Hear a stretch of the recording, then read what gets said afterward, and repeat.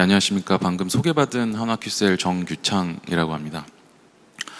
이렇게 뜻깊은 자리 마련해 주신 헤럴드 측에 굉장히 감사를 표하고요. 이렇게 관심 있게 이 포럼 행사에 직접 와주셔서 끝까지 들어주시고 정말 감사드리겠습니다.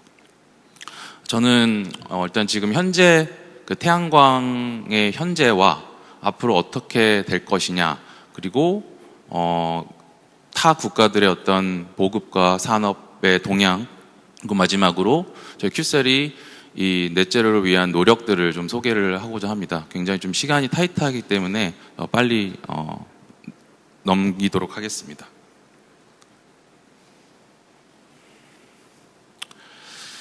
왜 태양광인가? 제가 많은 강의를 나가지만 그 모르는 분들 상대로 나갈 때가 굉장히 많거든요. 그럴 때 이제 한 3가지 정도로 말씀을 드립니다. 이제 코스트, 넷제로, 에너지 시큐리티. 그 코스트나 넷제로 같은 경우는 기존에도 계속 태양광의 어떤 장점으로 부각되던 특징인데요. 그 최근에는 에너지 시큐리티, 에너지 안보 차원에서 2022년 러시아 우크라이나 전쟁 이후에 유럽이나 유럽 쪽에서 해왔던 일들, 결국 이 안보 차원에서 독립성을 위해서는 굉장히 좀 빨리 전력을 생산할 수 있는 재생에너지원이 굉장히 중요하다. 그 중에 이제 태양광 풍력이 굉장히 좋은 재생에너지 탄소 넷제로 전환으로 부각되고 있다라는 걸 말씀을 드리고 싶습니다.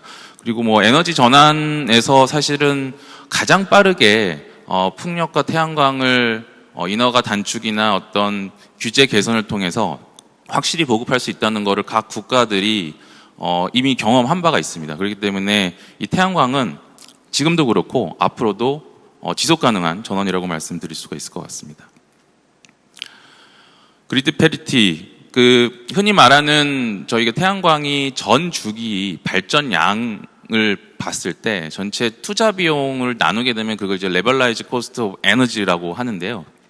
그 비용 자체가 계속 내려가고 있습니다. 가장 큰 원인은 중국이 2010년부터 이제 태양광 산업과 보급 확대 정책을 펼치면서 굉장히 그 설비 투자 비용을 많이 들어서 태양광을 대형으로 이제 키우다 보니까 규모의 경제를 달성한 상황이었습니다. 그래서 카펙스 자본적 지출 비용 자체가 내려갔고요. 그다음에 이용률 관련해서는 결국 효율이나 출력 상승, 각 기업들의 기술 개발을 통해서 그 R&D를 계속 해왔던 거죠. 그래서 이제 수명도 늘어났고요. 그래서 전반적으로 태양광 LCOE가 내려갔고, 이 각 국에서 지금 경매 제도를 통해서 태양광 발전 전력을 판매하고자 하는데 결국 이 옥션 이 전력 도매 가격에 대한 가격도 점점 내려가고 있습니다. 결국 비용이 내려가기 때문에 판매 가격이 당연히 내려갈 수밖에 없는 상황이죠.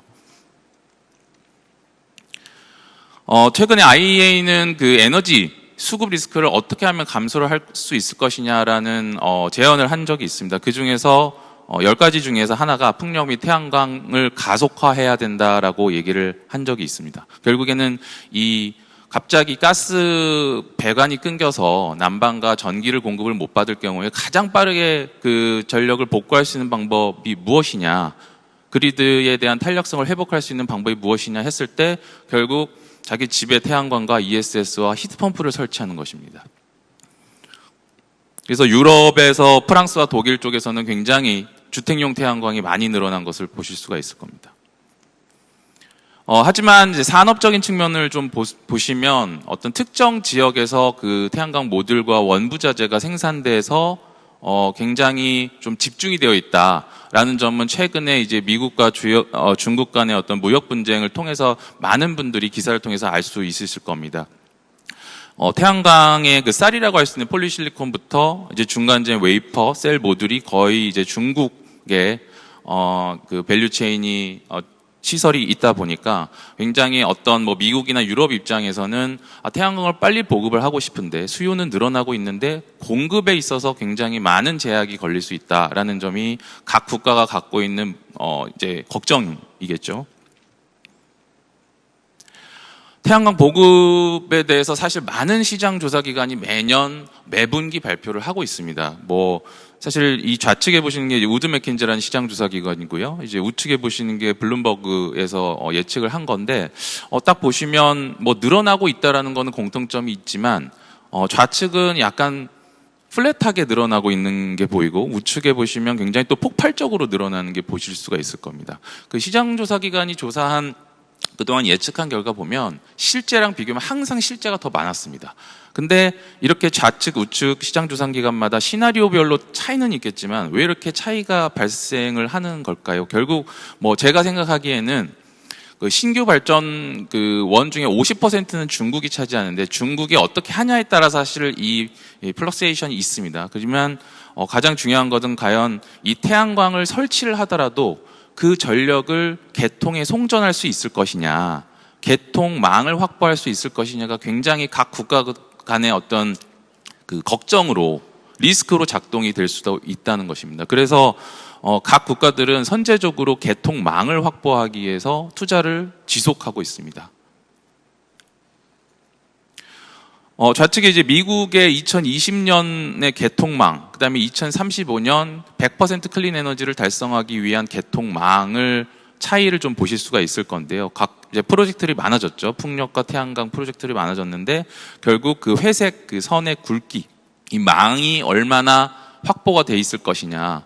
그 캘리포니아나 텍사스 쪽에서 어떤 그 자원에서 만들어진 그 재생에너지를 어떻게 하면 부하가 있는 쪽으로 연결을 할 수 있을 것이냐를 고민을 했던 거죠. 그래서 바이든 행정부도 작년 10월에 35억 불에 해당하는 이제 그리드 투자 계획안을 내놨는데 이 단순한 망 투자만으로도 되는 게 아닙니다.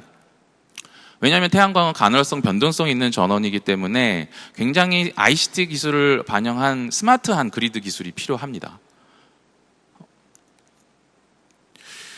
그 전력의 가치 상향을 위해서는 어떻게 해야 될까요? 사실은 태양광이라는 게 점점 설비 용량이 늘어나면 늘어날수록 가치는 떨어질 수밖에 없습니다. 뭐 킬로와트당 단가 자체가 내려가니까요.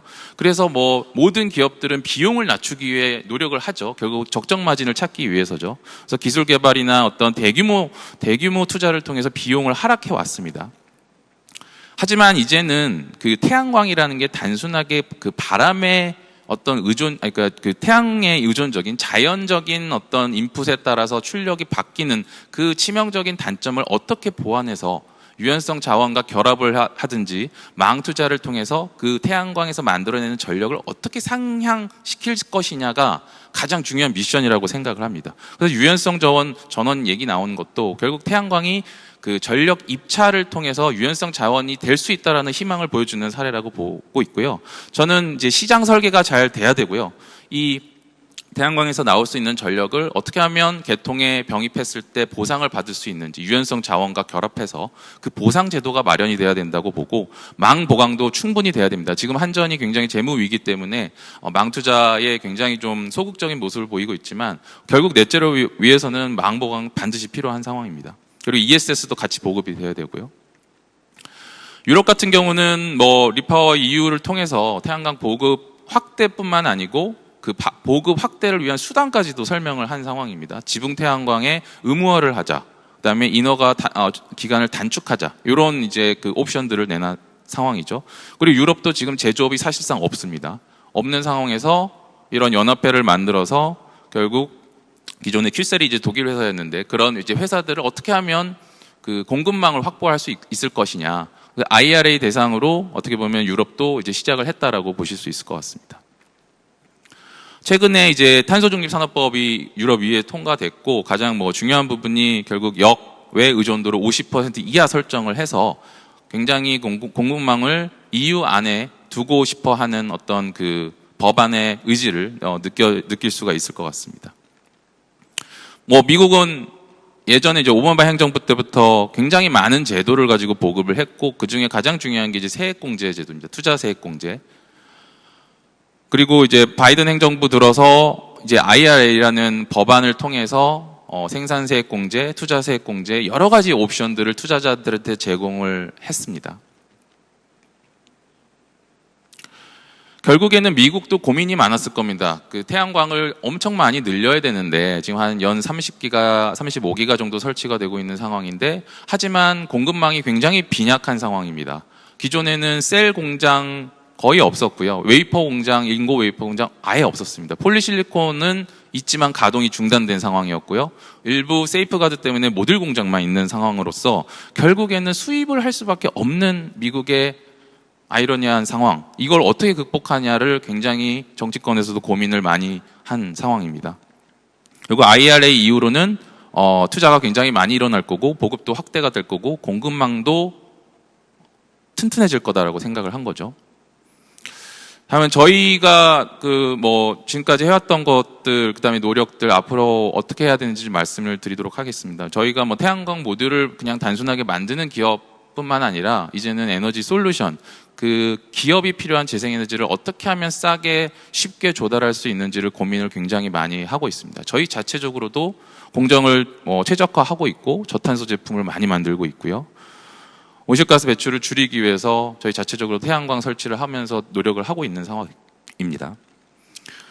그리고 저희가 2012년도에 퍼크라는 태양광 상용 제품을 세계 최초로 이제 개발을 했고 지금 이제 타콘이라는 제품을 효율을 더 높인 상품을 개발을 해서 상용화에 성공을 한 상황입니다. 하지만 이제 실리콘 태양전지라는 게 한계가 있는 상황이죠. 효율적으로 어쩔 수 없이 한계가 있는 상황인데 이 한계를 어떻게 극복할 것이냐, 더 좁은 면적에 더 많은 용량을 어떻게 깔 수 있을 것이냐를 굉장히 많이 고민을 했고 그 결과적으로는 이제 텐덤 페롭스카이트 태양전지로서 하부에 실리콘 태양전지를 넣고 상부에 페롭스카이트는 실물질을 넣어서 효율을 굉장히 높게, 흡수율을 높게 가져가는 태양광 모듈을 개발하고 있습니다. 현재 지금 파일럿 설치를 하고 있는 상황이고요. 그리고 미국에 저희가 이제 폴리실리콘 지분 투자도 하고 있고요.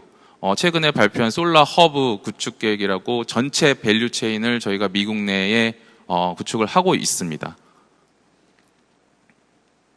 지금 현재 저희가 그 카터스필 공장의 3.3기가와트 모듈 공장을 완공을 한 상황이고 올해 말에 인고 웨이퍼 공장도 완공될 예정입니다.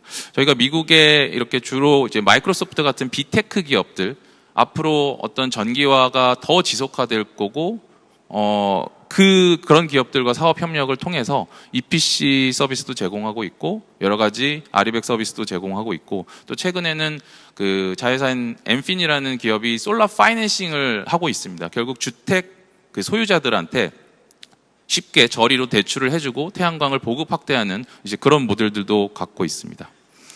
앞으로 저희가 태양광을 늘리기 위해서 그 기업 입장에서 굉장히 고민을 많이 하고 있다는 걸 말씀드리고 싶고요. 이상으로 발표를 마치도록 하겠습니다. 감사합니다.